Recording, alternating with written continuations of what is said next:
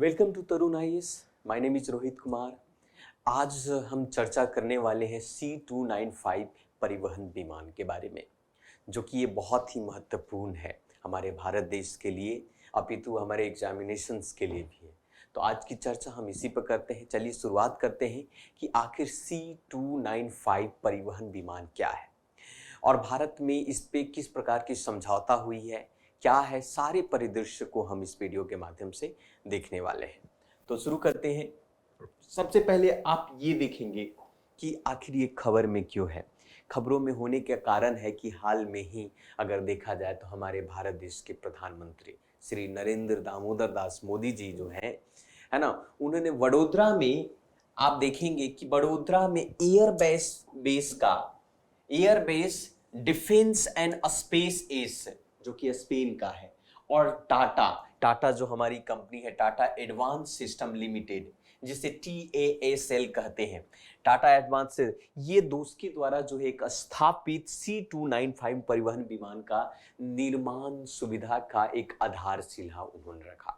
क्योंकि हमारे देश में इंफ्रास्ट्रक्चर तैयार किया गया है कि C295 की विमान भारत के अंदर में बनाए जाएंगे, और बनाने वाली जो कंपनियां हैं वो airbase defence and space S Spain और टाटा एडवांस सिस्टम लिमिटेड, ये दोनों मिलकर भारत देश के अंदर में आपको बना रहे हैं। ये पहली बार ऐसा होगा भारत के अंदर में खास करके कि जब कोई प्राइवेट कंपनी, या फिर उसे आप निजी कंपनी कहते हैं, निजी क्षेत्र की कंपनी जो है भारत में एक पूर्ण विमान निर्माण करेगी। ये भारत में ये पहली बार ऐसा देखने को मिला है ना।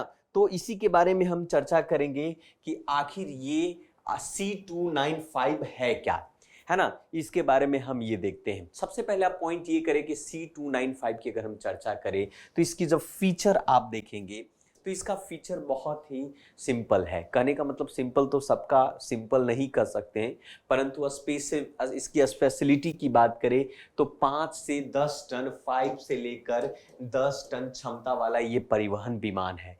दूसरा, अगर इसकी हम बात करें कि एक बहुमुखी है, मतलब आप कह सकते हैं बहुमुखी का मतलब है कि हर काम के लिए इसका प्रयोग किया जा सकता है, चाहे वो कुशल, आप एक तरीके से आप युद्ध के लिए हो सकता हो, या फिर किसी भी कार्य के लिए इसका प्रयोग किया जा सकता है।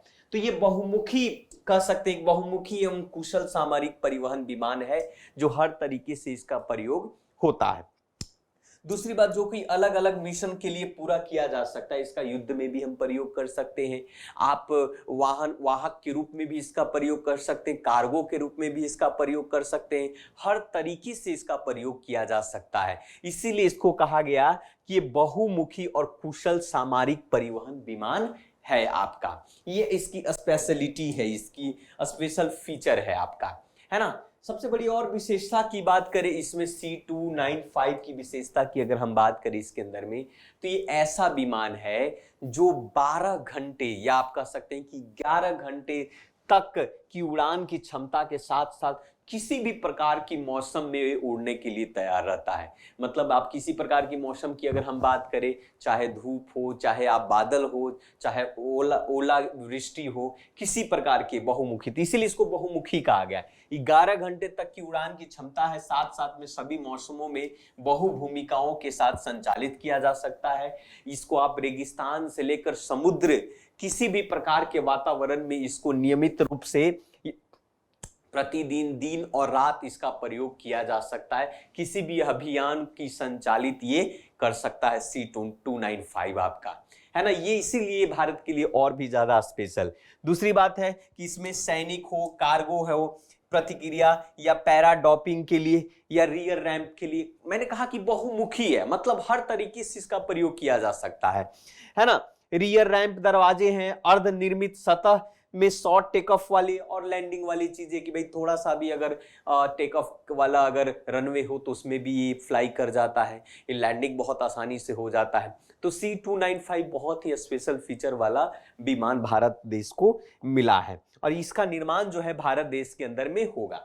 अब सबसे बड़ी बात यह है कि इस परियोजना से संबंधित अगर हम बात करें तो परियोजना का निष्पादन की अगर हम बात करें तो हमारी जो टाटा कंपनी है एरोस्पेस क्षेत्र में मेक इंडिया के पहल को एक तरीके से वायुसेना की एक नई परिवहन के तौर पर ये शुरुआत कर रही है। मतलब मेक इंडिया के तहत इसका काम होगा और ये जो एयरबस जो है ये सितंबर 2023 से अगस्त 2025 के बीच उड़ान भरने में सक्षम हो जाएगा। भारत में निर्माण होगा इसका। सबसे पहली बात पूरी तरीके से ऐसा कहा जा रहा है कि 16 विमान की आपूर्ति जो है 2023 तक कर दी जाएगी और जबकि शेष जो 40 विमान है वो टीएसएल जो है सितंबर 2026 से लेकर 2031 के बीच में प्रति वर्ष 8 विमान की दर से भारत को असेंबल करेगा। वो मतलब 40 है तो 5 साल में, इसीलिए कहा गया कि भाई 2026 से लेकर 31 इन 5 सालों में हर साल 8 विमान जो है असेंबल करेगी ये कंपनी टीएसएल टाटा कंपनी जो है वो करेगी। तो ये इसकी पर प्रतिस्पादन किया गया है इन सभी चीजों पर।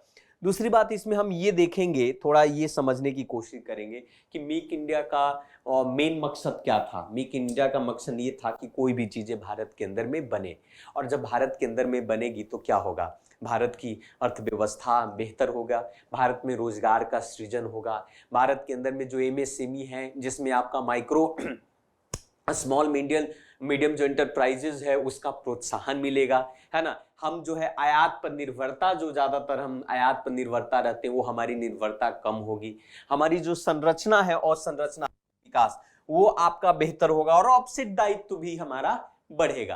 तो ये जो विनिर्माण जो इसका महत्व बहुत ज्यादा भारत के अंदर में है। जैसे आप चाइना को ले लीजिए ना, चीन क्या करता है, चीन ज्यादातर चीजें जो है चाइना में खुद से बनाता और तो और यहाँ तक कि एप्पल कंपनी के भी चीजें चाइना में जाकर असेंबल होती है ना। मेड इन चाइना आपने देखा कि भाई आप बनाओ, आपका कॉन्सेप्ट कहीं पर भी रखो लेकिन असेंबल कहाँ होगा, चाइना में होगा।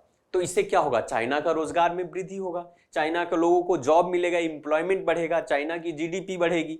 वैसे ही भारत के अंदर में हर क्षेत्र में होना चाहिए कि अगर आप मान लिया कि कोई भी कंपनी विदेश में है तो उनसे आपको डील करना चाहिए कि वो चीजें आप भारत में आकर बनाएं, है ना। भारत अपना लेबर फोर्स देगा, भारत अपना जो है भारत की भी व्यवस्था, भाई हम मार्केट ही बनकर क्यों रहे, पूरी तरीके से मार्केट बनकर क्यों रहा जाए, है ना, हमें भी तो फायदा होना चाहिए। तो आप देखेंगे कि जो विनिर्माण सुविधा के महत्व में तो मुक्त रूप से रोजगार का सृजन आप कर सकते हैं, एमएसएमई का प्रोत्साहन कर सकते हैं, आयात पर निर्भरता कम होना और संरचनात्मक विकास और ऑफसेट के दायित्व को भी बढ़ेगा।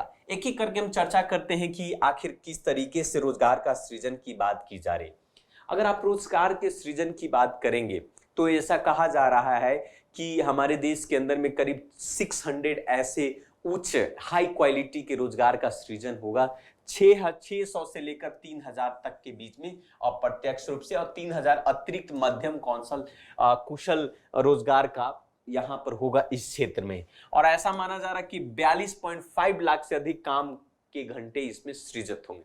तो चलो कुछ तो एम्प्लॉयमेंट बढ़ा आपको, अगर एक कंपनी के आने से एक विमान को बनाने से इतना एम्प्लॉयमेंट जनरेट हो रहा है तो ऐसा तो बहुत सारे क्षेत्र में भारत में बहुत सारी चीजें हैं, है ना, करने के लिए है। एमएसएमई की प्रोत्साहन देख लीजिए आपका, अब परियोजना भारत देश के अंदर में अगर आया है तो सिंपल सी बात है कि भाई भारत में एरोस्पेस की परिस्थिति, छोटे मोटे जितने भी पार्ट्स हैं, है ना, उसको बनाने के लिए लोगों को मौका मिलेगा, है ना, जिसमें देश के भर में कई सूक्ष्म लघु और मध्यम उद्योग वाले विमान के कुल पूर्जा को निर्माण में शामिल होंगे। तो इससे भी हमारा एमएसएमई में विकास होगा।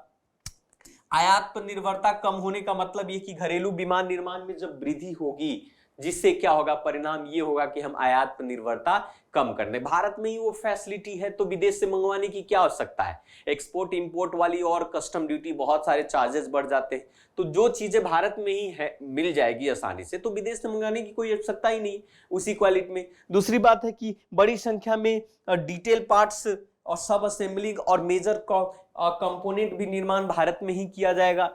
तो रोजगार के सृजन के बहुत सारे कारण इसमें आपको देखने को मिल सकते हैं, है ना। दूसरी बात और भी इसमें आप देखने को मिलेगा कि साथ साथ में आप इसमें देख सकते हैं कि अवसंरचनात्मक विकास, जो स्ट्रक्चर डेवलपमेंट की बात कर रहे हैं, जैसे आप कह सकते हैं कि हैंगर हुआ, है ना, जो हवाई जहाज के पार्ट्स को हैंग करने के लिए बनाया जाता है। आप देखेंगे उसमें जब भी असेंबली जहां हो रही है तो हवाई जहाज को हैंग किया जाता है, तो हैंगर्स भवन हुआ आपका, एयर फ्रेम्स हुआ, टैक्सीओ के रूप में ये विशेष बुनियादी ढांचा का भी विकास भारत के अंदर में होगा। अगर अब आप कंपनी बना रहे हवाई जहाज की कंपनी, तो भाई इंफ्रास्ट्रक्चर का भी डेवलपमेंट होगा आपका। हवाई जहाज कहाँ पर कैसे हैंग किया जाता है, कैसे उसको उड़ाया जाता है, कैसे उसको प्रैक्टिकली किया जाता है ना, और कैसे उसको, तो उन सारा चीजों का इंफ्रास्ट्रक्चर भारत के अंदर में डेवलपमेंट हो। डिलीवरी को पूरा होने से पहले भारत में C295 मेगावाट विमानों के लिए डी लेवल सर्विसिंग सुविधा MRO की स्थापित करने की योजना भी चली जा रही है।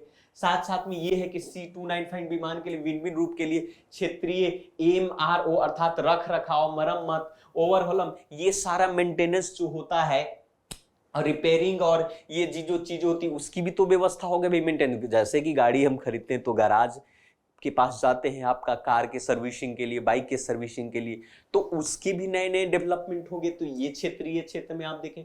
दूसरी बात, ऑफसेट दायित्व तो हमारा बढ़ेगा। ऑफसेट दायित्व का मतलब क्या होता है? ऑफसेट दायित्व का मतलब ऐसा दायित्व होता है कि अगर किसी विदेशी भागीदारी से भारत रक्षा उपकरण खरीद रहा है तो भारत के घरेलू रक्षा उद्योग में भी बढ़ावा होने के लिए प्रतिबद्ध होता है।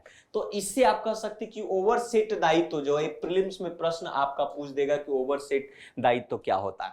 तो ओवरसेट मतलब इसके अलावा जितने भी एयरबस हैं, भारतीय ऑफसेट पार्टनर्स योग्य उत्पादक और सेवाओं से सीधी खरीद के माध्यम से अपने ऑफसेट दायित्व को निर्वाहित कर सकते हैं। मतलब ये कहता कि ऐसा दायित्व अगर किसी विदेशी भागीदारी, कोई विदेशी पार्टनर से भारत रक्षा उपकरण खरीद रहा है, भारत रक्षा उपकरण खरीदा है, तो भारत के घरेलू रक्षा उद्योग को बढ़ावा देते हुए प्रतिबद्ध है। उसको दायित्व तो है कि भाई भारत के अंदर में जो चीजें बन रही है उसको भी खरीदा जाए बाहर से। तो इस प्रकार के ऑफसेट दायित्व में भी वृद्धि देखने को मिलेगी।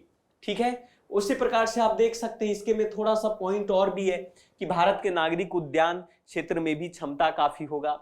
हर साल आप देखेंगे कि 45 से अधिक भारतीय आपूर्तिकर्ता से 650 मिलियन तक के 650 मिलियन अमेरिकी डॉलर के मूल्य के विनिर्माण पुर्जे और इंजीनियरिंग सेवाएं खरीदता है। भारत विदेश से खरीदता है, वो चीजें जो है भारत में ही तो मिलना शुरू हो जाएगा। मेक इन इंडिया और मेक फॉर द ग्लोब के मंत्र के साथ आगे बढ़ रहा भारत परिवहन विमानों का एक प्रमुख निर्माता बनकर अपनी क्षमता को उभारेगा।